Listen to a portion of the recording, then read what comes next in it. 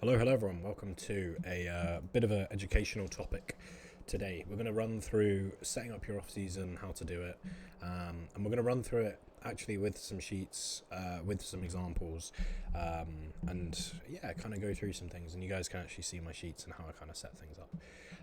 So first of all, we kind of blanked out personal information and checking feedback, and like androgen stuff is going to be set to 0. So this is applicable to you guys who are using androgens, and obviously those of you who are natural.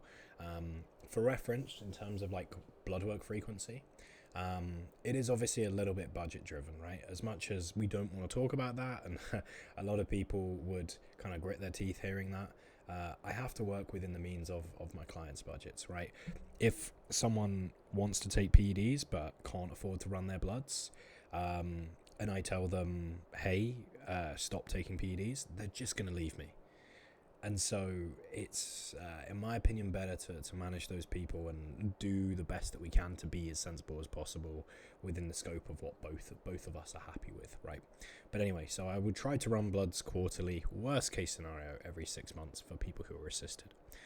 For my natural clients, I tend to go every year. It's something that I like to see once we're in the flow of things, once we're at like a kind of healthy body fat percentage, a good diet baseline. The kind of key idea really with natural bloods is just to make sure there aren't any deficiencies or kind of underlying health concerns. So obviously we know that as we skew body weight up or down, things are going to get a little bit hairy in terms of our blood work. And we know obviously as well that, you know, as food gets lower and certain things get taken out, there's going to be certain deficiencies. But if we have that idea of, okay, when we're firing on all cylinders, when baselines are covered and there shouldn't be any concerns, we can see if there are any concerns, okay? And then volume, just normally I would start off like 6 to 10 weekly sets pretty much across the board. Usually I would kind of kick things off with like a 2-week priming phase if they're a new client. If they're someone who's just come off the back of a diet and then we're pushing into an off season straight away, then this would be some kind of reverse where we're aiming to move nice and rapidly. Now, in terms of reversing and how you reverse, the key thing that I am kind of paying attention to is when I'm dieting someone, I'm looking for, so let's say like it's a mini cut, right? If it's a mini cut, we shouldn't need to reverse. We should be able to, we shouldn't need to jump into a health phase. God, I'm getting my terminology mixed up. So a reverse would be like a slow kind of coming out of that diet, whereas like a health phase would be like quickly get ourselves back to healthy. Now, if we've just got like a regular old mini cut, you should be in a position where you don't really need to health phase your way back to human. You should be able to just kind of slowly trickle food in and slowly reverse your way back out. Just immediately go into a nice sensible growth phase, okay? Now, if you're in a position where, say you got very, very lean, especially stage lean for a competition, or maybe you did a photo shoot or whatever happened, right? To the point where you got so lean to the point where it actively took away from your ability to bodybuild because you just got too lean, right? If that's the case, in what we then want to do, God, I'm mumbling my words, this is a great start to this video. What we want to do in that instance is while we're coming down, pay attention to how you or your client or whatever it is, or I'll be paying attention to you, and how you're feeling at each body weight. So let's say we've got a competition prep. How do you feel at 10 weeks out? Pretty good? Cool. Maybe you feel shit, right? But let's say for the sake of argument, you feel good. 8 weeks out, we still good? Cool. What about 6? What about 4? What about 2? What about 1 day out, right? And then we kind of marry that up with performance. We marry that up with our visuals and what we're seeing. Are we flat, full, etc.? And we also marry that up with performance. I think I said performance already. Oh well, who cares? And then wherever you seemed to last operate good, we roughly aim to get back there. Was it 4 weeks, 2 weeks, 6 weeks, 8 weeks, 10 weeks, 20 weeks, right? Obviously on the extremes there, we don't really want to be, we don't really want to take someone probably I'd say above like 8 weeks out condition, maybe 10, right? If someone is still fucked at that body weight, there might be something else going on, or your 10 weeks out timeline, if you already had them skinned, then obviously that's not a traditional 10 weeks out look. So if someone's way ahead of timeline, you're gonna have to be a bit more sensible with like, okay, so at 10 weeks out you were 3 kilo off stage. Okay, well that's crazy close, no wonder you felt trash. In which instance you'd have to think, okay, at what point were they in terms of body weight and body weight above stage weight? When were they last functioning? But either way, we're looking at how many kilos above stage weight do you need to be to function, and then roughly aim to get there. Aim to get there within a couple of weeks. Reversing, probably going to take up to 8 weeks. Yes, we want to move quickly, but we don't want to move too quickly, and that's just going to come down to monitoring our health metrics, which we'll get onto in a sec, and observing the physique and subjective feedback from the client. But remember as well, just generally trickling in more food, resting, training with lower intensity. If you're assisted, taking out that assistance, particularly lipolytics. If you're doing high expenditure, which obviously you're not in a peak week, but keeping that out for a longer period of time, all that stuff's going to freshen you up. And just the kind of mental refresh of just coming off the back of show should recover people nicely. So again, just a quick recap there. If we've got someone off the back of a mini cut, nice slow steady reverse out, basically just straight into our lean growth phase.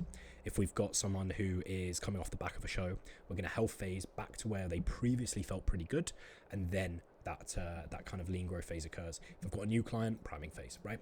Now we go into a systemic focus. So this is something that I do with every single client when we're first kind of getting things started. I've just realized that I've taken out my checkpoints. Oh boy, right, I'm going to pause, bear me one sec. Right, there we go. Anyway, so when I'm first setting up someone, I'm going to do a systemic focus, okay? This is something that I kind of start like every single off season for someone with, even if it's been, even if I've worked with them throughout other off seasons. Reason being, people's response to stimuli changes over time. A systemic focus is just basically an everything focus, also known as a nothing focus, nothing in particular. We're growing everything, keeping volume probably objectively fairly similar, keeping session lengths and focuses fairly similar, keeping frequency fairly similar, keeping everything fairly even, right? We're going to monitor our execution, focus on getting the most quality out of things, and then we're just going to observe performance and the physique. That's what these checkpoints are for. So I'd run these every 10 to 12 weeks. And for reference, during my check-in system with clients, I would get them checking in anywhere from once a week up to daily, depending on their needs. I would get photos of them. They'd send them over. Fasted, and also post-workout is a really cool look to see. Fasted shows, changes in condition, small changes in muscularity. Post-workout is going to show an exaggerated and more ideal version of condition, but it's also going to show real changes in muscularity, and it's going to be a little bit more exaggerated. So if you're struggling with seeing differences on a client, I would look at both fasted and post-workout, and I would look at relaxed as well as posed. So I tend to get people to run me a front side back of them just stood there, and then I'll do like a front side back shot of their choice. Now if they're a competitor, it's just going to be their mandatory rounds, their muscularity and symmetry, any of their favorite poses, because that's ultimately what the physique development is aimed towards. It's aimed towards improving in those poses. Doesn't matter if, for whatever reason, if you actually look shitter in person, but your poses look good, as in your poses look good in person, but when you just stood there, you looked worse. Theoretically, from a bodybuilding standpoint, we wouldn't care because your poses look better. Not that that would ever really happen, but hopefully you see the point I'm trying to illustrate. Anyway, so at this checkpoint here, I've already been cross-comparing and working week to week, but an important thing that I always specify with clients and the coaches I teach is it's important to not just look at things from a week-to-week perspective, because you can just get swept up in looking at, okay, how do you look compared to last week? How do you look compared to last week? Are you stronger than last week? Are you this than last week? That than last week? Yada, yada, yada. You've got to look at the long term too. So these checkpoints are where we look back at the previous block and we go, okay, it's been 10 to 12 weeks. Any detectable growth? Is that more exaggerated over here or over here? How are we feeling about the exercises? Any injuries? Any exercises that are being really annoying to perform? Any exercises that have started to feel not as good? Any loss of connection, any increase of connection, all of that stuff is useful. And also, like I said, just reviewing performance, looking at what's going up, okay? Then from that, I normally would go into a specific focus, okay? Now, the specific focus might just be redoing a systemic focus. If someone's growing fantastically everywhere, cool. Or let's say their back is shit, but in this systemic focus, this no particular focus, their back really starts to come up. Cool. Well, then I'm just going to rerun what we've done. Remember, if it doesn't need changing, don't change it. The more you can keep things the same in bodybuilding, pretty much the better, particularly for training, arguably for other things too. But anyway, but specific focus, potentially, maybe not, right? This is where we go, okay, let's look back at that previous block and see what changes need to be made, if any. Then I would normally go ahead and do another one and then checkpoint. And then usually after about 30-ish weeks of growing, like we've got lined out here, that's where I would say, okay, it might make sense to pull back. I like to keep most of my athletes within 8 to 10 weeks of sensible pullback proximity. So as in 8 to 10 weeks of pulling them back is the most that they'd need to get back to looking pretty sensible. That's where I'd want people. Okay. Right, now check in. Let's look at some of the things that I would check in. So obviously body weight, right? Body weight is the be-all, end-all, but it is something that we're going to look at, especially like we're talking about an off-season phase, right? We're talking about mapping out an off-season. We're going to want to see this increase over time, okay? Especially when we're talking the early stages. Early stages, body weight should be going on. You're at your leanest. Recomping is just not in the question. You should be going up, right? Time of weigh-in, just important for context of body weight, particularly as we're adding in more food. If we add more food to their final meal, then they're going to weigh in a little bit heavier in the morning because there's physically more food inside of their stomach, right? Inside of your stomach, whoever we're talking about. Now, if I add lots of food to your final meal, which is common because people get hungry then, and then you wake up an hour earlier, you're going to be significantly heavier, right? Training day, main thing I'm doing is just looking at inflammation and inflammatory response from body weight in regard to training day. If I notice that there's big fluctuations in scale weight based on training day, then I'll ask for pictures. And if it definitely looks like we're seeing a big difference in inflammation, so say for example like leg days giving us crazy inflammation compared to upper, okay, well that's somewhat par for the course, so is that worth investing? We'll see. If upper's giving way more information than legs, oh shit, okay, well let's look at those shots throughout the week, start to cross compare. Maybe we're doing too much upper, maybe we're not doing enough legs, maybe we need better recovery tools and food on that upper day. We'll see. And then obviously meal plan being followed. The standard calories and macros, fiber and sugar are two things that I pretty much universally like tracking. Fiber for the obvious, right? Looking after digestive health, for decreasing all-cause mortality, for reducing risk of things like colon cancer, just super duper important. And then sugar, this is like added sugar is what I'd refer to it. Basically sugar outside of fruit and veg. So absolutely everything else. And I tried to keep it below 40 grams for most people. Yes, I would count sugars from like honey and jam into that 40 grams. Okay, 40 grams is plenty to be getting from like your yogurts, your breads, anything that's kind of like honey jam, anything like that.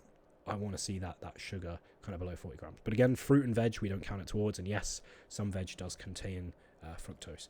Hunger levels, obviously, I would make sure that we're monitoring our hunger. We want that to start off pretty high.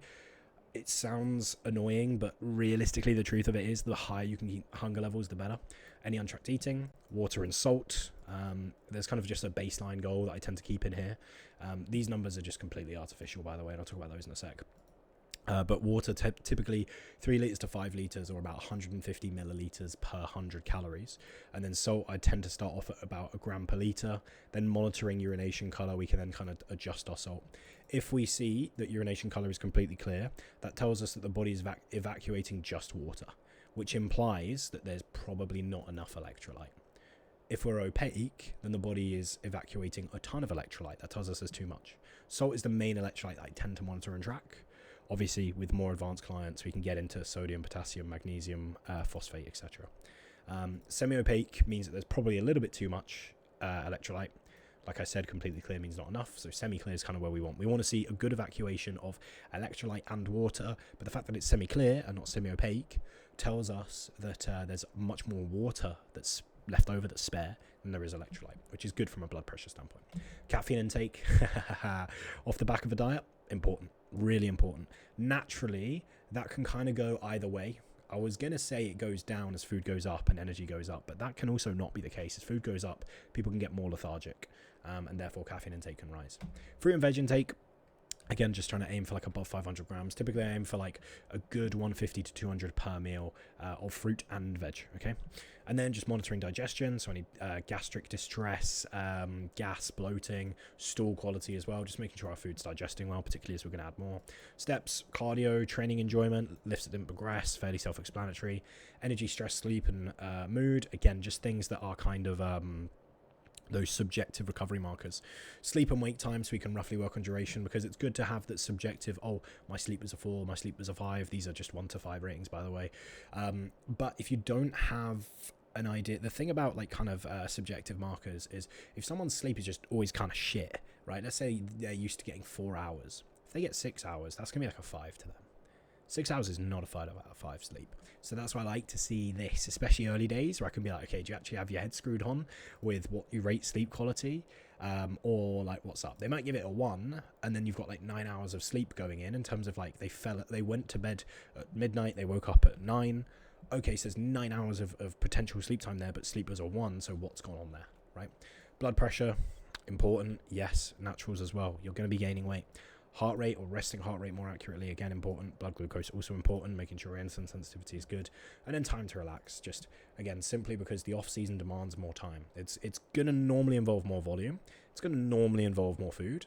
And it might even involve, in some cases, more movement, right? More steps, more cardio, especially if you're a bigger athlete. Probably more of your movement's going to be done in the off-season compared to in a deficit. Which sounds counterintuitive, but it is true. Kuba talks about that quite a lot. He's got a fantastic video fairly recently at the time of recording where he went through a full day of eating, and he talks about how he doesn't do cardio in his prep. He just does cardio in off-season to maintain health, basically. But yeah, so kind of similar idea here. But if you are a pretty big person, your time to relax is going to get quite limited, especially across movement and food, right? Anyway, like pictures, measurements, videos, MyFitnessPal. So someone's tracking macros, I still want them to send over them MyFitnessPal so I can have a look at that. Measurements, it's always good to have a little measure of how things are growing. Obviously, particularly like our classic athletes, want to make sure that waist stays fairly intact while thigh, arm, and chest are growing nicely. Just gives us a good idea of how the direction of our training is going. Form videos, and then obviously physique shots, and then I give people the space for weekly feedback. God, I can't talk. Right. So let's talk a little bit through food. So here we've got training day food.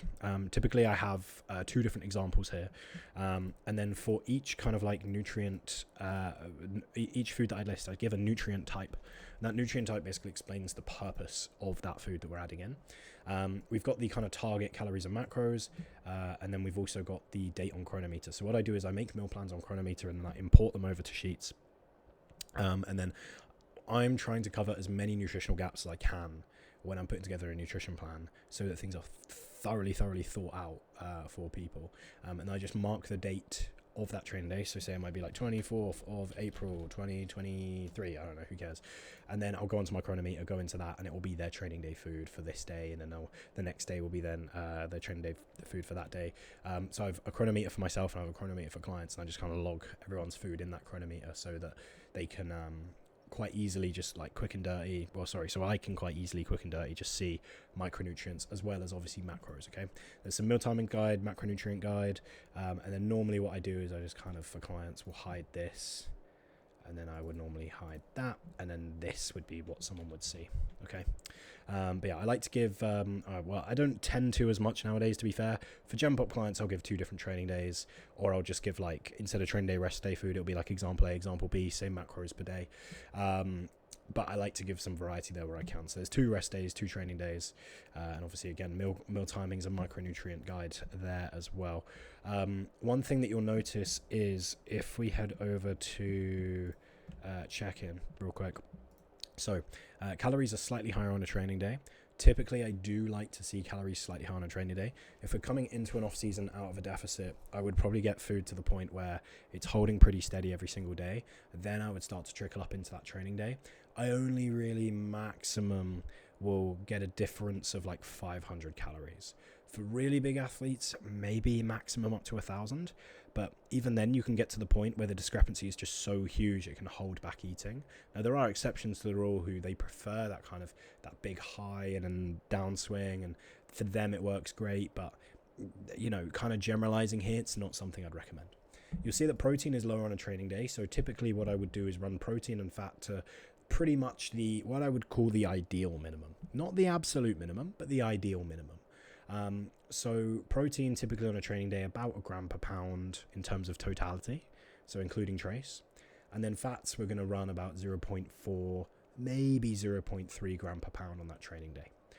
Rest day, I'm probably going to run more towards a 1.3 gram per pound for protein, and then fats more towards 0.5 gram per pound, and then remainder of calories coming from carbs.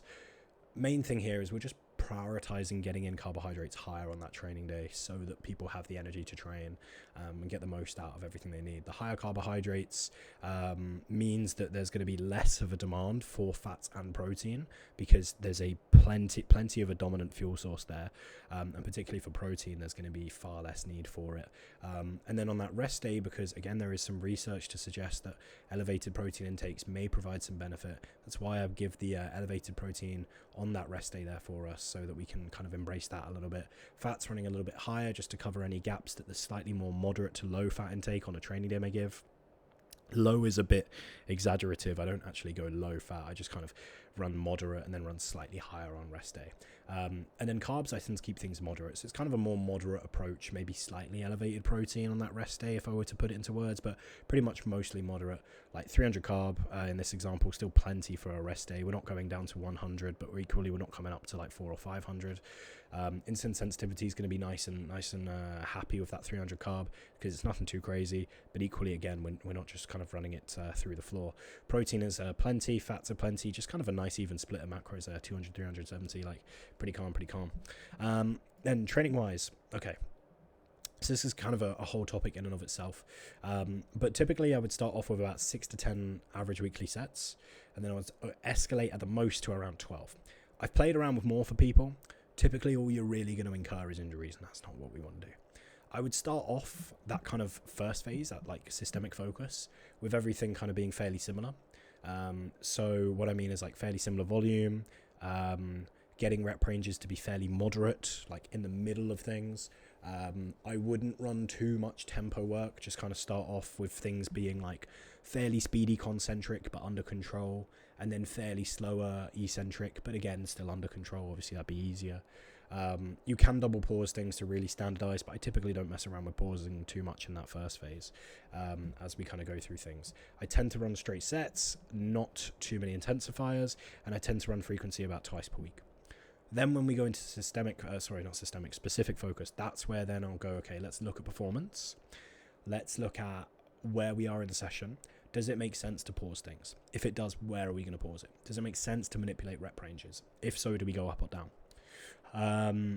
I'll also think about, okay, if we want to add sets, do we add intensifiers? Do we want to save time? Do we add intensifiers? I would also start to look at, obviously, or would have already been looking at form feedback and seeing if there's anything that we can do there in terms of putting that person in the best position through the way that we're sequencing things or cues that we're giving, because I do like to put cues in. But if there's anything that we can kind of put in there to make everything that we're doing a little bit more efficient for that person, then we will. Okay. Then there's some rehab stuff. For those that don't know, my co-coach Camille does a lot of rehab, injury rehab, as well as bodybuilding coaching, and so he would be on standby for any injuries, and particularly when you're going into an off season and building a shitload of muscle. Unfortunately, it's going to happen. You can mitigate it as much as possible, but you're still going to get injured. It's going to happen. Form feedback I summarize on the sheets and I send that over on WhatsApp, just because I find it's the easiest for people to kind of easily flick back and forward with. PEDs, obviously we won't go through how that would kind of how things would lay out there, but again, it just kind of to give a little bit of a touch on things. To be fair, I would focus on escalating upwards into an off season. Typically you're going to escalate to your highest when you have the most food, because it's where you're going to be able to grow the most. As long as things like blood pressure, fasted blood glucose, blood work, insulin sensitivity, as long as and funds as well, and growth, as long as all of that is lining up nicely, then fantastic. That's what we want. As long as we're staying nice and healthy, the physique is being responsive, and it makes sense to kind of keep on escalating, then we'll keep on escalating. I am a big fan of reusing cycles where possible.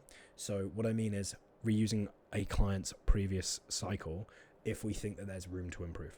So let's say it's back end of an off season, we're using 500 mg or 1000 mg, whatever. Let's say it's 1000 mg. So using 1000 milligrams of someone, and then they start to let food slip a little bit, and then they slip a little bit on the cardio, and then they slip a little bit on the steps and expenditure. Okay, well, now that that's starting to happen, I reckon that we probably didn't get the most out of that 1000 milligram. So now we can probably rerun that. We don't need to escalate above that. Let's go back in, take the exact same escalations that we did previously, maybe go a little bit faster, but let's get back to that 1000 meg and spend some actual time there and really get the most out of it. So that's one thing that I'm a big fan of. But again, PDs, it just comes down to response, risk to reward profiles, etc., etc. And then measurements we spoke a little bit about, and then this is just the back end stuff where I monitor what's going on. So I monitor like changes in training, changes in PDs. I also take notes on people, and obviously I manage their timeline as well. And then these sheets tend to run about every 60 weeks, which is more than enough time to pull off an off season and a mini cut. And then from there we make any changes and adjustments. And I also log people's shots on my Google Drive so that I can see how things are going. And same thing with form feedback. We always want to cross compare that, how that's kind of developing week to week. Okay. Anyway, if you guys like this video, let me know. Links are down below if you want to work myself as a coach. If you want me to review your off seasons, please do let me know. Okay. For the next well, at the time of recording this, I'll do it for the next week. But if you guys just ever catch this video and you're like, hey man, can you have a look at my plan? Happily. If you want me to look at how you've laid things out for an off season or a diet or anything like that, just let me know and I'll happily take a peek and review. All right. Hopefully you guys found this video helpful. If you have any questions, send them over.